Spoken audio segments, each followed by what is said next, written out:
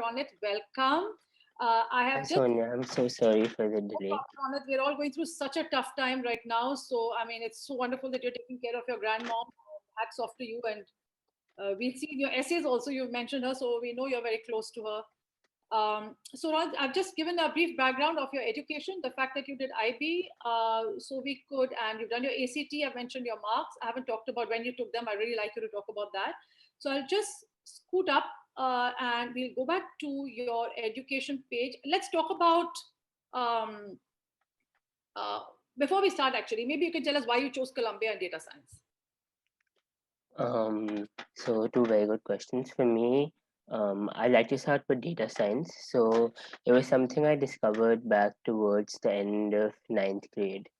So when I was reading a lot of articles that my dad had sent me, I do think that when it comes to innovation, when it comes to the technological frontier as a whole, I do think data science is what's going to control the narrative over the next 10 to 15 years. And for me, what really interests me in data science is the manner in which you can use personalization to solve problems. So even if you look at a lot of my projects, they're focused on using the technicalities of data science to solve problems that affect personal problems that affect my loved ones. And I think that's what I reflected in my essays too. So that's why I chose data science. And for Colombia, for me, what I was really drawn to was the core curriculum. I think the core curriculum was able to provide a certain level of balance that doesn't exist in other universities. Of course, it goes without saying that Columbia is a very prestigious Ivy League school in the city. So when you have that kind of campus plus city environment into a place where, for me, I thought I fit into really well when it comes to creating balanced individuals that are not only that they not only cater to STEM but also to the humanities aspect of the technologies they're creating. So for all those reasons, I think Columbia hopefully will be a perfect fit when I do end up attending. That's great, Ronit. Obviously he did a lot of research into figuring out why Colombia was a great fit. So I really got that out of his message just now. So we are now looking at your education page, and I think I'd like you to talk about your what the impact of the University of California Berkeley summer program had on you. You were very fortunate to do this at the end of class 9. Yes, exactly. So I was just talking about data science and how my passion developed towards the end of class 9. So this summer program is nothing too prestigious. It's called ID Tech. It was a 2-week boot camp introducing me to artificial intelligence and machine learning. So if you look at the program in isolation, no admission officer would have looked at the program and gone, "Oh, this is why we want to take Lord Kathura into a prestigious institution." I think what I really liked about this program was, even though didn't have the best professors, didn't have the best resources, for me, it enabled me to explore a field I had never actually delved into before. And this is the field that I want to pursue for the rest of my life, or at least as of now. Um, so I think sometimes all of you should go out of your way to find opportunities where you find avenues for exploration, even if they don't appear to be the most prestigious, or sometimes you may not even get a certificate or an award that you may be able to put on your application, but these are the places where sometimes you're able to develop your interests like no other. Great. And then that's wonderful. So now you were very fortunate enough to list three experiences during the summer. University of Michigan and Oberlin. Just could you just touch upon what they were about? So at the University of Michigan, I attended LaunchX, which is this entrepreneurship incubator where a group of high school students start actual real companies. This is actually where I started the company. That was the first thing on my activity list. It's something I carried forward even 2 years after. And then at Oberlin College, it was actually a remote program. I did the Pioneer Research Program, where I wrote a research paper along with um, a computer science professor from Emory University, Professor Avani Vildani. So I think in terms of both of these, they had very tangible impacts on my application, and they do have certain level of prestige attributed to them. Yeah, so they were very, very good opportunities for me. So if you do have the time and you do have the resources, then I would really recommend trying to find summer schools. I know right now because a lot of them are remote and a lot of them have even been cancelled, but hopefully things get better next year. Or even this year, the Pioneer Research Program, for example, is remote throughout with or without COVID. So I think that's a very good resource that you guys can look at. Yeah. So while we're on the subject of this, let's talk about your letters of recommendation.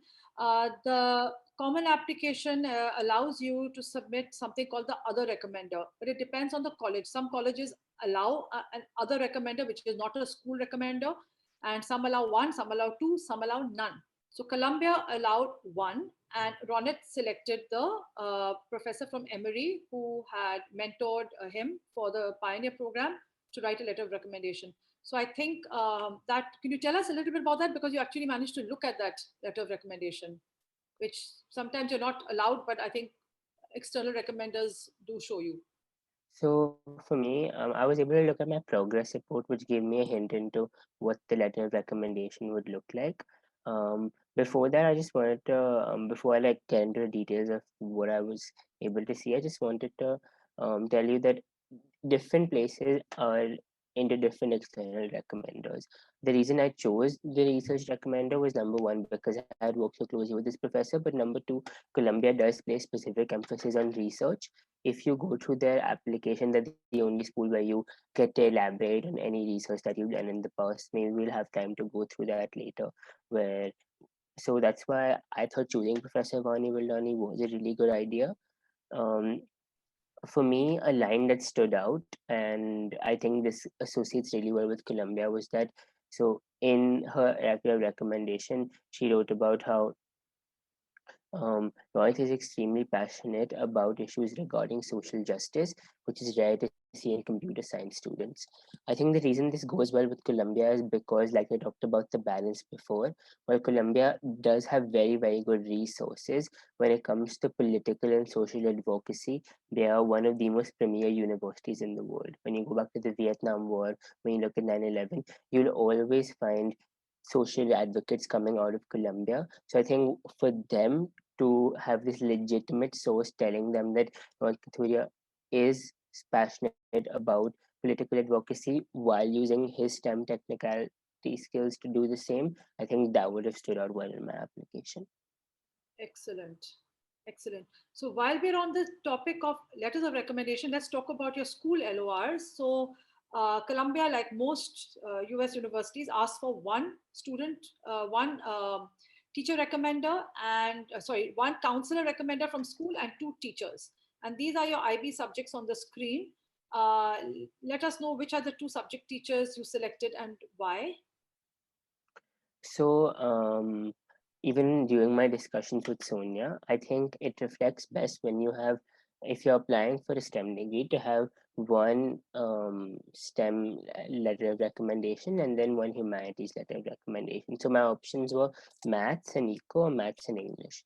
The reason I was so sure about maths was because I've been working with the teacher for 4 years now. He's been teaching me. He taught me for 2 years in IGCSE, and then he taught me for 2 years in IB, and I think he was able to was able to showcase very intricately my experiences and my skills with mathematics, which is a very, very important subject when it comes to my field.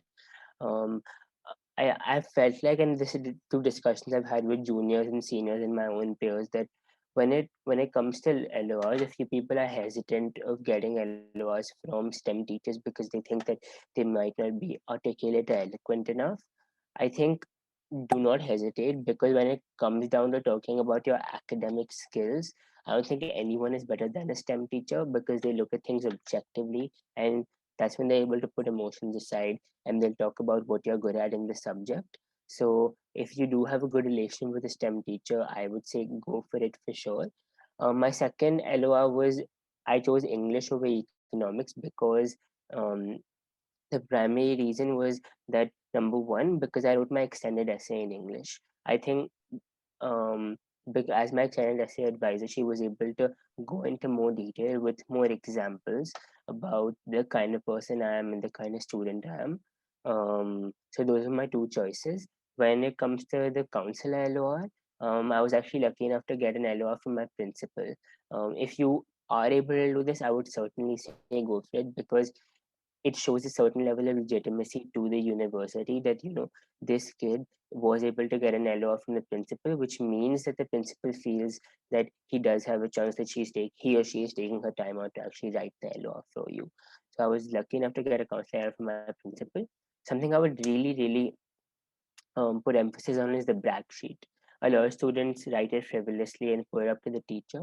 What you have to realize is that these teachers are writing 10s, 20s LORs, right? So you have to give them as many specific personalized examples as you can. So I overdid my brag sheet. I think I wrote 5 pages each for each LOR. Maybe don't go that far because then you're giving them too much information. But I think 2 pages each is sufficient, and that's the amount you should give to each and that's the amount you should give to each teacher, because I think when they have enough personalized specific examples, that's when they're able to write the best LORs. I would also like to say that if you can start as early as possible. I was done with my brag sheet in August. The reason is because if you look at most schools in India, especially schools in Delhi, they start midterms in September. So a lot of teachers don't have the time to write good LORs once you've pushed it to September, because October is when you'll be applying early. So I think if you can get out as soon as possible, annoy your teachers, push them to write them. That's when you'll get the best LORs, because that's when the teachers have the most time. Also, towards the end, the teachers will be writing more LORs, so the chances of them writing a personalized and a good LOR significantly go down. So if you can, try to get it out as early as possible. Wonderful. You touched upon all really, really important points. Start your brag sheet early. For those of you who don't know what a brag sheet is, uh, some schools have something called a brag sheet where they ask the student to fill up what they want the teachers to write in the LOR. So even if your school doesn't have a brag sheet, it's a good idea to make one. Just put on all your points, give them to your teachers in August, and say, please don't forget to mention all of this in your letters of recommendation. And the earlier you do it, the better, so they have more time to write a good quality one. So, Ronit, yes, the question has come up. Why did you choose to write your EE in English? So for me, so if you look at my HLs, a lot of them are very STEM heavy, right? I have physics and math, math A HL. It doesn't get really more STEM heavy than when it comes to a subject combination in IB. I do really like English. It's something I've been writing. It's something I've been passionate about since the seventh grade. So for me to flip to the end of the humanities, I was really drawn to that. Um, I explored the contrast between hope and disillusion in For Whom the Bell Tolls by Ernest Hemingway, which is this um, fictional book on the Spanish Civil War. So I really enjoyed writing my essay. If you are passionate about English, I would say, regardless of your major, the excellent essay is something that it's supposed to be an explorational essay, right? Like that's when you have the time to actually go down and write an academic paper on something you love. So maybe I won't get to do that again in the future. So I wanted to take this opportunity to write in English. It also worked out really well for me in terms of Columbia, because Columbia puts a lot of emphasis on humanities literature as it's part of the core curriculum. Um, it also portrayed me as a balanced individual academically, where I was able to, ace my grades when it comes to the STEM subjects. But when it came down to it, I can also write an English paper through my extended essay. So I think for all those reasons, an extended essay in English was a good idea. Great. And what? Yeah. While we're on this subject, why don't you tell them about how important academics was for you and how well you did academically in the IB? So I'll be looking at your IB subjects, and because that was a big contributor to you getting into Columbia. So just yesterday, actually, Sonia and I were talking about if we had to rank in order of importance, um, what would what would I put number one in terms of why I think I got into Columbia? And I certainly would say academics is number one. I think a lot of people shy away from academics, and they put all their time into their extracurriculars or their essays. And while those are important, for you to beat the first barrier, you need to have the grades in terms of standard test scores and your school scores. School scores, number one, are probably the most important thing on your application. That's what they look at first, and that's the impression you build. So for me, I took the IGCSE in 9th and 10th, and I got 8 A stars and an A in my 9 subjects. And then in in 11th and 12th I had the IB, and I was able to maintain sevens throughout from 11th finals. So in my transcript, so in my midterm and in my mid-year report, I was able to maintain sevens in each subject and had a predicted 3 in TOKE. So 100% I would say the majority of your time should be devoted to your academics when you look at organizing your schedule in terms of college, because at the end of the day it is for me and for the admission officers, I feel the most important thing that they're going to look at. Correct. Well said. Um, I just skimmed through the honors section. You had some school and some international and national awards. Anything you want to add, mention about this? Anything significant? Any tips? um to be very honest, I don't have any huge spike in my honor section. Like, there isn't like an ISEF finalist, an ARSSDC winner. But I do think that the fact that I won awards across three levels where you have school, national, international, I think that shows them that he can compete against a diverse variety of students. So I think if you do have the option of showcasing different levels of awards and not only sticking to school, or maybe even going international if you can, then I think that reflects well on how competitive of an applicant you are. We then touched upon your testing section and how you took the ACT. I just wanted to mention about taking the ACT and the timing of it and how important that was. It's not showing up here because Colombia is ACT optional for the COVID year, but yeah. So I took the ACT in October of 2019, which was the October of my 11th grade. So I took one attempt and I was fortunate enough to get a 35 composite, so I didn't have to take one again. Um, I think 100% try to get the ACT out soon. I would say July or October are the two perfect testing dates to take your first attempt. I think December gets a little bit too late because if you don't get the score you want, and the next date available is March, and March is when most schools in Delhi have finals. Um, so when you have that conflict, sometimes you start failure seeps into both those aspects. You may not do as well as in your SAT and your finals. So take your first attempt in either July or October. I think May is too early. You've just finished your boards and you don't have a lot of time to study after your boards. So I think July or October is perfect. Um, that and If you can get on one attempt, I also think that if you're able to get a 34 to 36 composite in the ACT, there's no point in wasting your time. If you get 34 or 35, there's no point trying to strive to get that 36. That once you've gotten 34 35 out of the way, then move on to your academics, move on to your extracurriculars, and eventually even you'll have to put aside time to write your essays. Yeah, so July October is my main advice. Yeah, that's July, October of class 11. Of class 11, yes. So yeah, so please, that starting early is so important. It gave Ronit so much time to do the rest of his stuff. So we'll go to the activity section. So basically, the activities page is a page where you're allowed to showcase about 10 activities. 10. And then there's an additional information page where you can talk about more.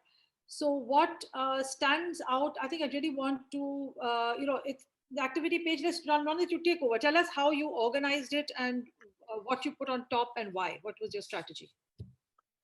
So one before I say anything, I would like to say that 100% don't go for a random order. I think that um, deliberately organizing the activity section is important, because even though they don't ask for an order, the admission officer is not seeing them randomly, right? The admission officer does see them in the order it's portrayed here. So for them, I think there should be a cohesive flow that builds up your narrative. So I went first with Cub LLC, which is this platform that I started with three other college freshmen in the US. And as you can see in the description here, there's a lot of numbers. So the reason that I chose it as my first thing is because I had things like raise 50, I had raised actual funding, I had so many corporate and PTA partners. There was an actual beta test which had a large cohort of 4,000 participants. Because I was able to show impactful numbers here, I chose it as my first um, option. It also showcased leadership in terms of co-founder. It showed cooperation in terms of 12 corporate and 3 PTA for partners. There's technical skills because we created this platform, and then you have his logistical abilities in terms of raising money and conducting beta tests. So that's numbers, game, and impact was the reason I chose it as my first. My second one was something that was actually dear to me. This is the application I built for my grandmother and for other technologically challenged people around the world. I also talked about who I've partnered with, and just a little small description on what the application does. My next two activities were my two research projects. Um, Now there are two research projects here. I don't think some people may avoid putting two because of repetition, but I think I wanted to showcase different things in each. The first one was the Pioneer Research Program. So here, number one, I showcased that I got into selective programs. So I was able to, do conduct research among already competitive and talented cohort of students. And then over and above that, I was mentored by an actual university professor of computer science at a considerably prestigious university when you look at Emory. And my second one was where I talked about where it where the research perfectly tied in to my goals, which is I use human-centered AI to augment the health of older adults. My entire narrative when it comes to data science is to use it to improve the health and safety of my loved ones. I was also fortunate enough to get published with this. So I think the two research showcase different aspects of my extracurricular profile. So I didn't think it was repetition. Now, these were my big four activities. The next one I tried to showcase different aspects of myself. So there were two leadership ones. As you can see, there's a head of activities, which is a student council in my school. And if Sonia, if you could scroll down, I was also the chief licensed organizer of the TEDx event in my school. So that's two for leadership. I also wanted to show a more creative part of me, which is very important to Colombia because of the emphasis on the humanities. So here I went with debate and writing. So again, I told you before, I'm very passionate about writing. So maybe here I don't have the biggest names with the biggest numbers, but the fact that I think I'm able to show that I'm an all-rounded balanced individual was certainly important to Colombia. For debate, I have been fortunate enough to actually participate at prestigious tournaments around the world. I was selected for the national camp, which is the top 50 school debaters in the country. So I think here I had like a few shout out spikes, if you could call them. So I think it ended up being a nice balance. The last two was something that maybe a usual applicant wouldn't write. One was my GitHub profile.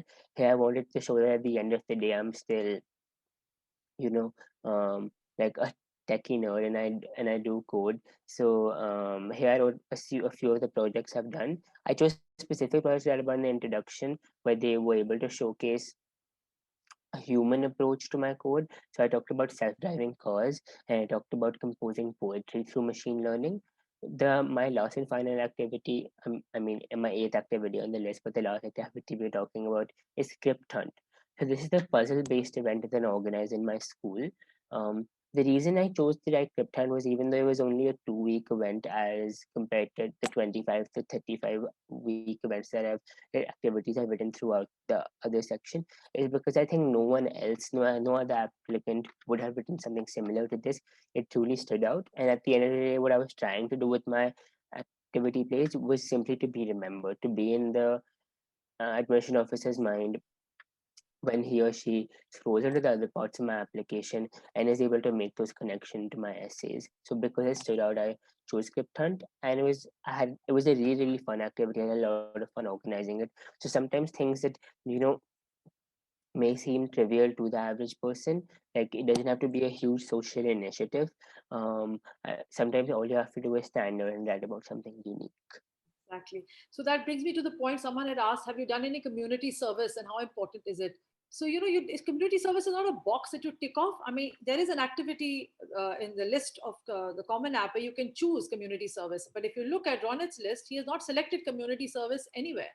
So that doesn't mean that something is missing. The idea is if you see his projects and if you see his research, a lot of it is targeted towards making the world a better place. So it's the mindset. What kind of person are you? I mean, the kind of activities do you choose? What is motivating you to do what you do? And if that comes through as just wanting to make the world a better place, that's far better than just ticking off the community service box. So that's not a compulsory thing. Just to answer the question someone had asked. Okay, now the activity page only, as you all can see, gives you very few characters to express yourself. And look how wonderfully Ronit has done it. He has, Ronit, tell us what you did to make sure you squeezed in as many things as you could. So, Ronit, you have frozen. I don't know if I have frozen for everybody. Can someone just put something on the chat box to, I'm not sure Thank whether you I'm, so much. okay, so I'm good. Ronit, you're freezing. Yeah, Ronit, you're back. Yeah, Ronit, tell us about how you squeezed everything into activities. So, so when you look at the activity section, and what you're actually doing is that you're, summarizing 4 years of your life and at the end of the day, a few hundred characters. Now, this can get tedious, but what you have to remember is you have to use every space you get. So, in my year, so that means in your year too, there's actually a new section to the activity section where they talk about organization. So here's where I was able to talk about, even if you look at my research, who I was able to work with. I think when you look at how the activity section turns out, it doesn't say that name, what did you do, description. It looks as it is, as it looks here. So even if it doesn't make the most grammatical sense, if you look, I haven't incoherent sentences anywhere. I've tried to do it with articles, I've used semicolons where it doesn't make sense to use semicolons. But it's all because you should try to jam in as much information you can in as less space as possible. So so for example, if you only need 150 characters for your description, but you get 100 characters to describe your organization. So in your organization you can slip in a little bit of information. So for example, if you look at Script Plus, I've been partnered with a pharmaceutical agency working with Apollo Hospitals and GVK Biosciences. So here I talked about, working with these big firms, but actually it's not really my organization, but I put it into here because then it reflected in my application, um, and it stood out. Wonderful. I mean, that's a wonderful tip, Ronit. Thanks for bringing that up. And Bhagya writes, is it appropriate to use this? Yeah, it's appropriate, Bhagya, to use anything you want. It's a free world. Just whatever you can to make your point. There's no rules. And to use as little characters as possible. So there's another section called the additional information page, which I'm just going to skip to. The essay comes in between. But look at the additional information page. You have 650 characters here to write whatever you want. So how did Ronit use this space?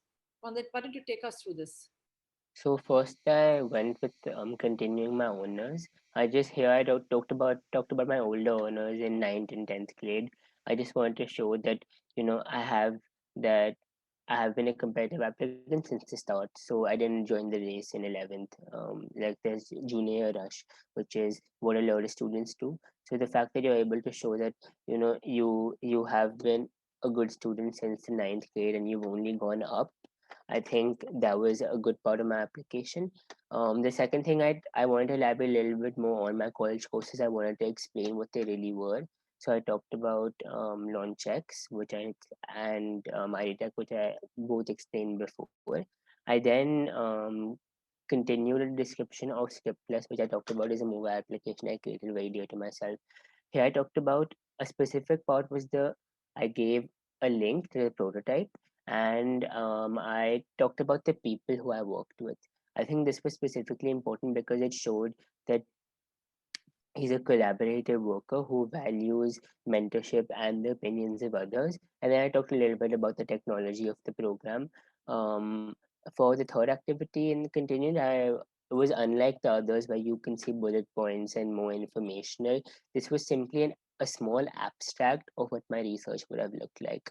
So here in this abstract, I didn't delve into the technicalities of the models I would have created. It was more a layman's overview of my research and the specific impact that I feel it can have. um, I then wrote down the awards I would have done in debate.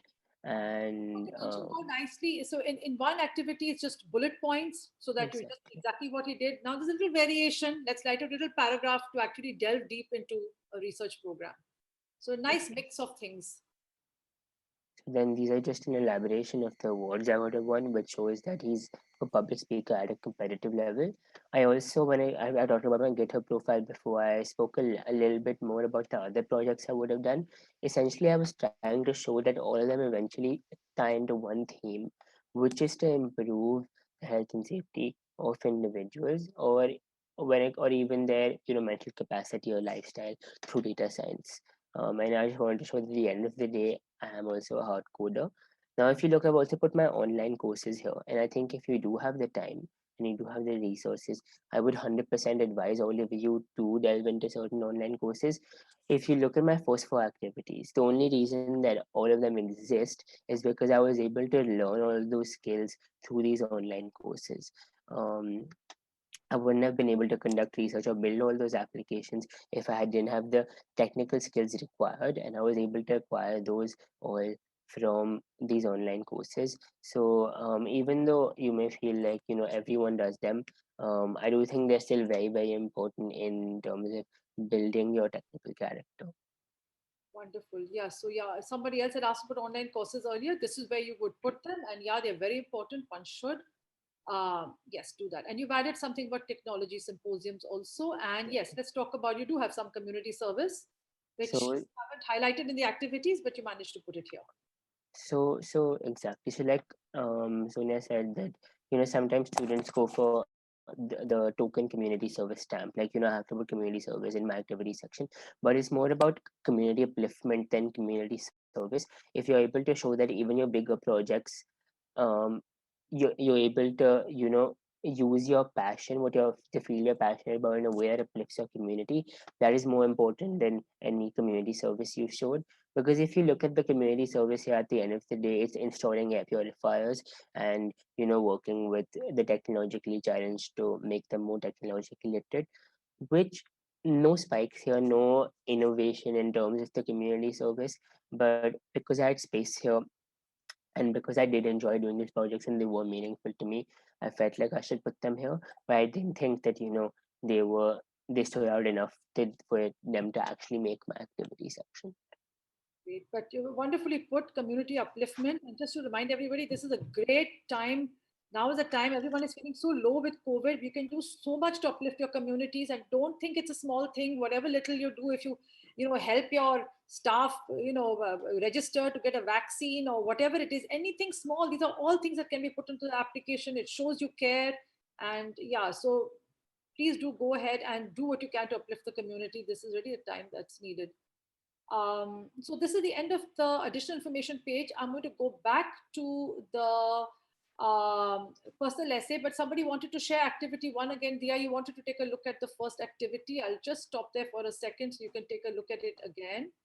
And then I am going to the personal essay. So Ron's personal essay was fantastic. Now I will give you all a chance to read it, and then I'll ask Ronit to tell us how he went, how it came about. So maybe a few minutes.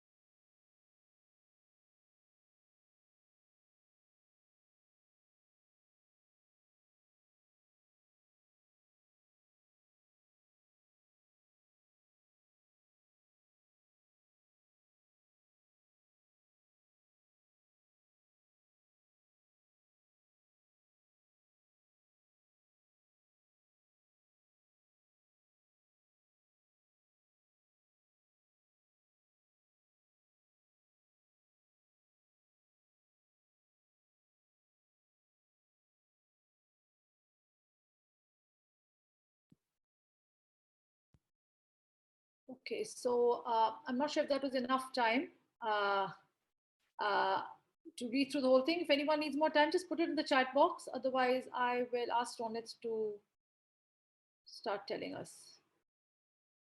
So, okay, so no one is posting anything. So I think we could go ahead with what Ronit has to say. So, Ronit, so first things first, let's talk about how you started with this, the brainstorming process and how many topics. That was very interesting. We discussed this yesterday. You went through so many topics in your head before you picked this one.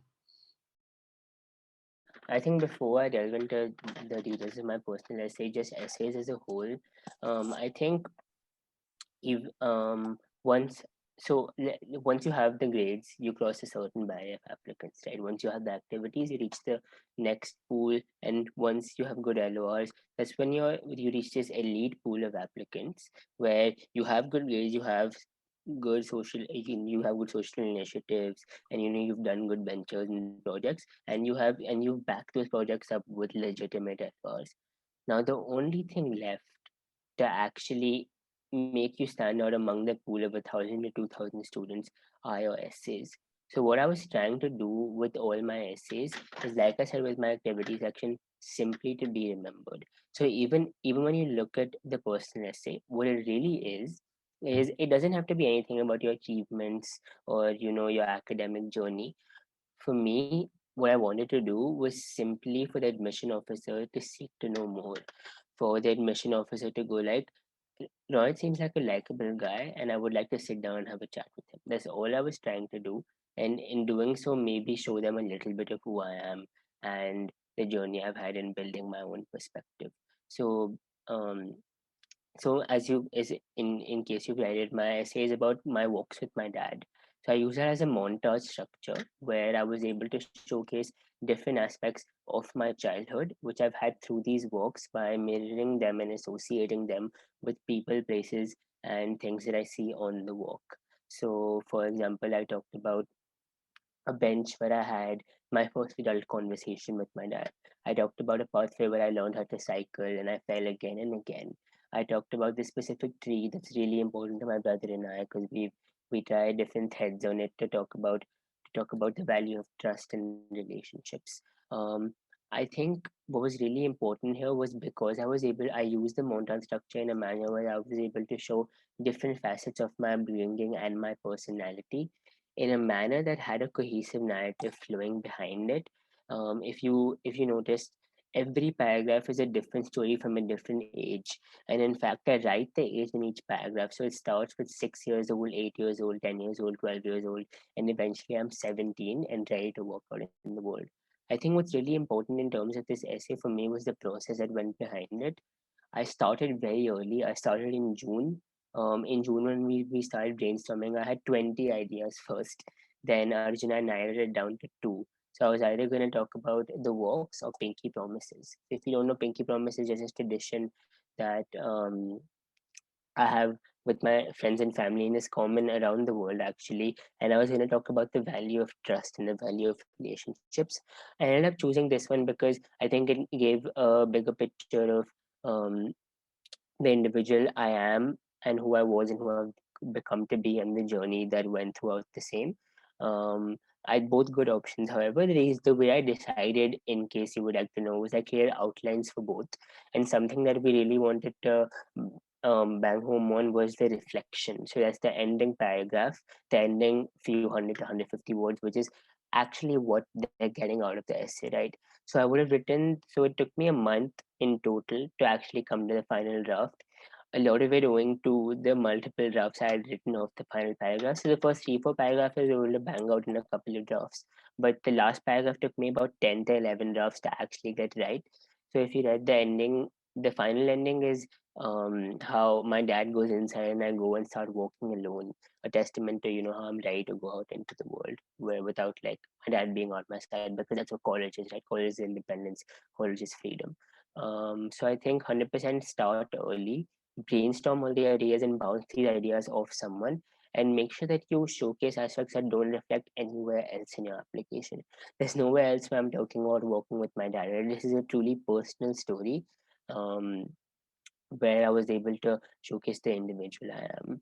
So In fact, I think my personal essay did do heaps in getting me into Columbia and standing me out because once I got in, I shouted my admission officer to say thank you, and she actually told me that I really liked your essay about your walks with your dad.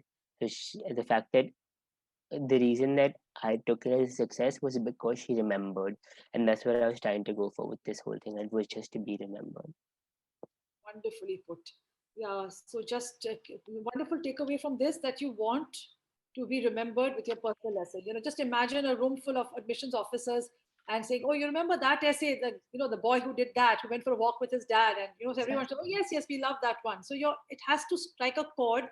Just imagine them discussing your essay, and it should be memorable, and the person should stand out. So they should, and yeah, they want to meet this person. Oh, we'd love to meet Ronit when he comes on campus, to meet this kid, that you should spark that. So a wonderful thing to keep in mind for the personal essay. So it's already 12 o'clock, so I don't want to take too much more time because everybody here has things to do. Maybe I just want to, at the bottom, when you are talking about the Columbia University questions, what I noticed was that you did in this section where they ask you about contacts. Now, this is a place where you are supposed to say, how did you hear about the college? And do you have any people and normally people say, oh, we just heard about it on the website, or my friend told me, or my counselor told me. Ronit has actually used this place to talk about conversations that he's had with Columbia alumni. Now, that shows demonstrated interest, that he was so interested in Columbia that he went out and found people who went to Columbia to talk to. You can mention them in the application. So, how did you find these people, Ronit? So if you, the first one is I was so through the Pioneer Research Program, they actually connected me with an admissions officer. So I reached out to them if they had any contacts, and they were fortunate enough to actually um, pull through. And the reason that this conversation was so important is because that's when I realized the importance of the core and how it really aligns with my values and my intellectual endeavors. Other two were alumni. So the first one I actually met at Launchex. He's a year senior to me. I'm quite close with him still. I'm really excited to go meet him in the fall. And the second one actually went to a school, and he just graduated this year, and my principal connected me with him. So I think alumni beyond demonstrated interest, which is also very important, as Sonia said, when it comes to deciding your ED school, no one but alumni can give you a realistic picture into what an education at this institution will look like, right? So certainly speak to alumni when you come to making your college list and especially deciding your ED school. And like Ed Brand can easily help you. The counselor you go to can easily look through the network, find students who are at these colleges, and put you in touch so you can connect with them and really figure out if that's your school. So I am going to just quickly jump to the your. This is the sorry. Now let me just undo the zoom on this. Trying to figure this out. So anyway, this is Ronit's writing supplement for Columbia, and Columbia's writing supplement is rigorous compared to other schools. They will ask you to list books, academic books that you've enjoyed, books that you read in your spare time, non-academic books, plus uh, newspapers, journals, websites, and then they ask you about movies and albums and shows. And Ronit has used it to the full. But what was your strategy in filling these out, Ronit? So when it comes to the lists, at the end of the day, I think for me, just don't try to fancy it out. Just don't stress it. Write what you actually read and what you're actually into, because this is, I really like this. Columbia is the only university that has such a rigorous list of entertainment and books and journals that you're into. This is literally for them to see the kind of person that you are and what your interests are, what your passions are. So yes, you can keep it academic to a certain extent, but I think the major part of it was me focus on just showcasing the things I love to read and love to know more about. So even if you go to my reading books for pleasure, like yes, I have some academic books in terms of I have Yuval Noah Harari, I have Crime and Punishment, I have some philosophy books, but I also have things like Gangster Granny and golf short stories, because these are the books I read when I was 6, 7 years old, and I still do sometimes with my mom or with my dadi. So I think for for them, here you talk about your actual personality and the stuff you're into. In the entertainment, I wrote about So I went beyond just talking about movies and TV shows. I talked about museums that I really liked going to. I talked about video games, which is Call of Duty Modern Warfare, which I do spend more time than I should now, and even certain music that I'm really into. So my only advice for this section is to actually show them who you are, and don't try to superficially just add books that you either haven't read, or even in case you had read, are too fancy and complicated and something you wouldn't have enjoyed. So just talk about stuff you actually enjoyed. Lovely.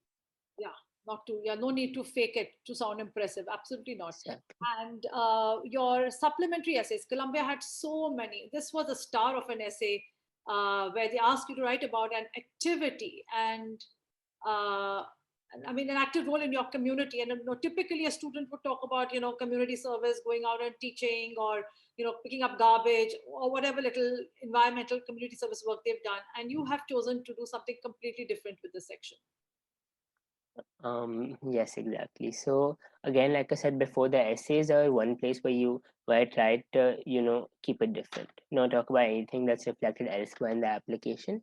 So the essay asks for community contributions. So while a lot of people would have talked about helping the environment, or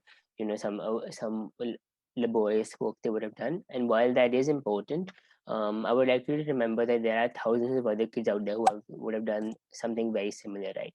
So here again, I want to stand out. So I wrote about becoming the family mechanic during quarantine because we couldn't get carpenters and plumbers into the house. So I talked about fixing my mother's AC, fixing my grandmother's lamp, fixing my brother's chair, and I just talked about how tasks that seem trivial at first can become unequivocally essential and eventually are part of a larger whole. And that is a very essential part of the Columbia spirit and the spirit of a lot of other great universities of the world. So I took a risk here. So I'm talking about something where I talked about fixing my brother's chair, but I do think it stood out specifically because this is again something that they would have remembered, and there's no other place in my application where I could have talked about how I fixed my mother's AC, right?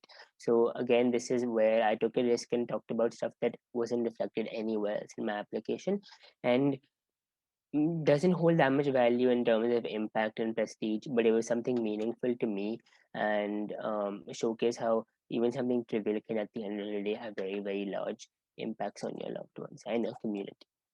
And obviously, it shows you as a very likable person. So that is another important point. That was lovely. And then your Why Columbia essay, it doesn't give you too much space, only 200 words to explain why Columbia. And you decided to focus on the core.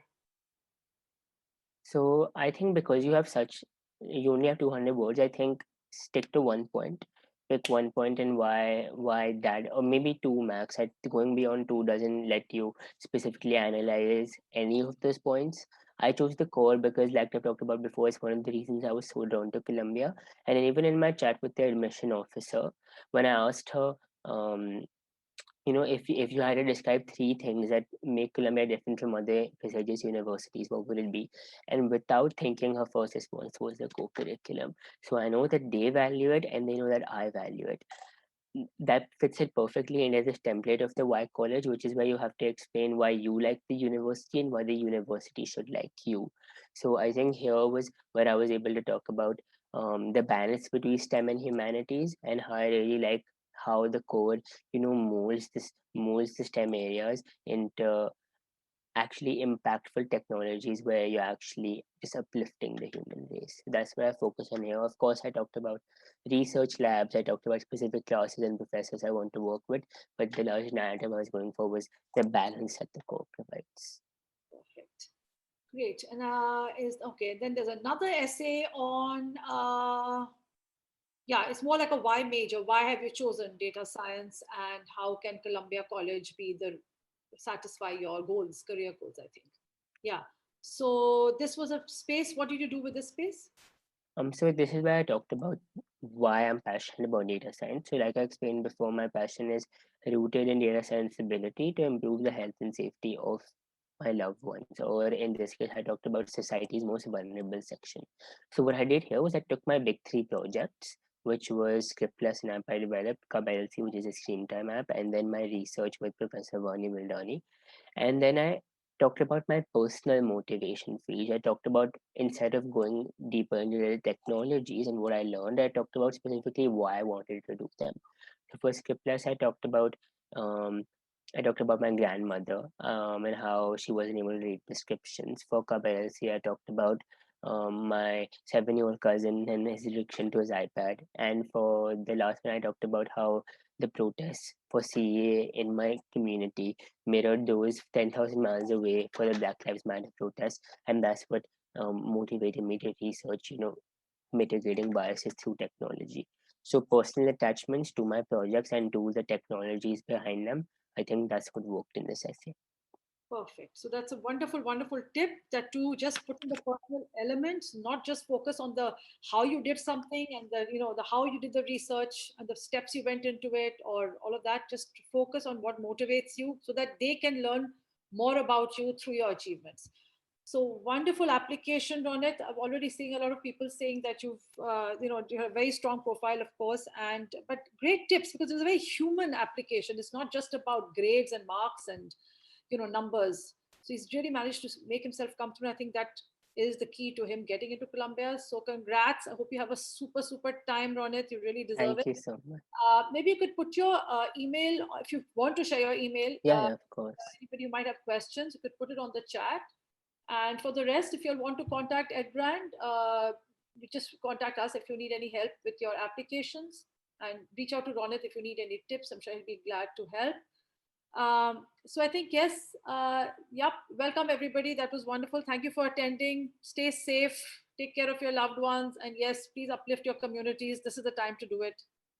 All the best. Thank you, Ronit. Thank you so much.